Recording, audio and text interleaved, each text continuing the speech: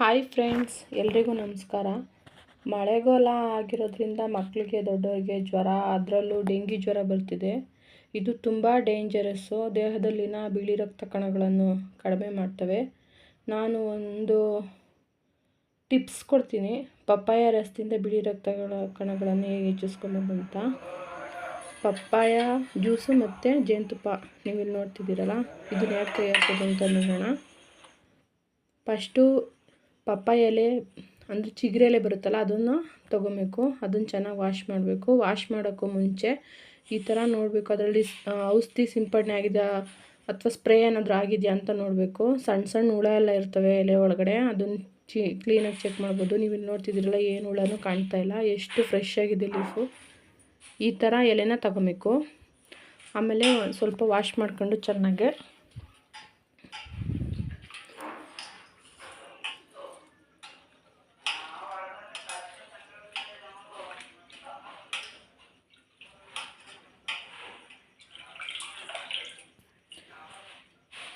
ಒಂದು ಸಣ್ಣದು ಮಿಕ್ಸಿ ಜಾರಿಗೆ ಒಂದು ಸ್ವಲ್ಪ ಲೀಫ್ ಹಾಕ್ಕೊಬೇಕು.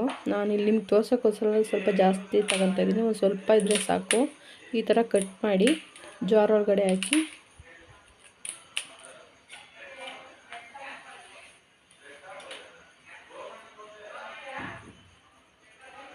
ಗ್ರೈಂಡ್ ಮಾಡ್ಕೊಬೇಕು.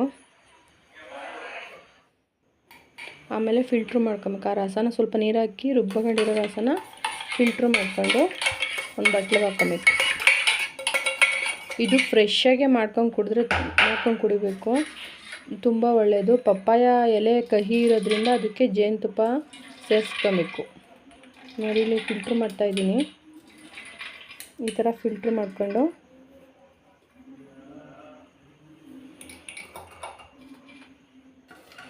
ಈ ಥರ ಪಪ್ಪಾಯ ರಸನ ತಗೊಳ್ಬೇಕು.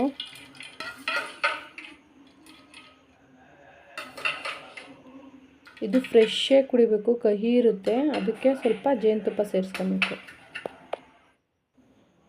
ಜೇನುತುಪ್ಪ ಪ್ಯೂರ್ ಜೇನುತುಪ್ಪ ತಗೊಬೇಕು. ಇದು ಪ್ಯೂರ್ ಜೇನುತುಪ್ಪ. ಈ ಅಂಗಡಿಗಳಲ್ಲೇ ಕೆಲವೊಂದು ಸಕ್ಕರೆ ಪಾಕ ಮಿಕ್ಸ್ ಆಗಿರುತ್ತೆ, ನೀವು ನೋಡಿ. ಇದು ಪ್ಯೂರ್ ಜೇನುತುಪ್ಪ. 1-2 ಸ್ಪೂನ್ ಇದಕ್ಕೆ ಜೇನುತುಪ್ಪ ಸೇರಿಸ್ಕೊಬೇಕು. ಒಂದು ಸ್ವಲ್ಪ ರಸ ಆದರೆ ಒಂದು ಸ್ಪೂನ್ ಸಾಕು. ಇಲ್ಲಿ ಸ್ವಲ್ಪ ಜಾಸ್ತಿ ಜ್ಯೂಸ್ ಇರೋದ್ರಿಂದ ನಾನು 2 ಸ್ಪೂನ್ ಹಾಕ್ಕೊತಾ ಇದ್ದೀನಿ.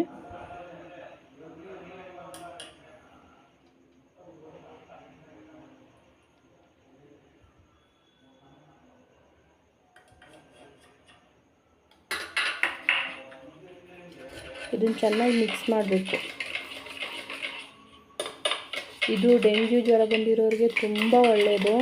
ಪ್ಲೇಟ್ಲೆಟ್ ಅಂದರೆ ಬಿಳಿ ರಕ್ತ ಕಣಗಳನ್ನೆಲ್ಲ ಇನ್ಕ್ರೀಸ್ ಮಾಡುತ್ತೆ. ಬೆಳಗ್ಗೆ ಸಾಯಂಕಾಲ ತೊಗೊಂಡ್ರೆ ದೊಡ್ಡವರು ತೊಗೊಬೋದು, ಚಿಕ್ಕವರು ತೊಗೊಬೋದು. ಅಂದರೆ ಫ್ರೆಶ್ಶಾಗಿ ಪ್ರಿಪೇರ್ ಮಾಡಿರೋದನ್ನ ತೊಗೊಬೇಕು. ತುಂಬ ಒಳ್ಳೆ ರಿಸಲ್ಟ್ ಕೊಡುತ್ತೆ. ಈ ಥರ ಮಕ್ಕಳಿಗೆಲ್ಲ ಕುಡಿಸ್ಬೋದು. ಮಕ್ಳಿಗಾದರೆ 1 ಸ್ಪೂನು,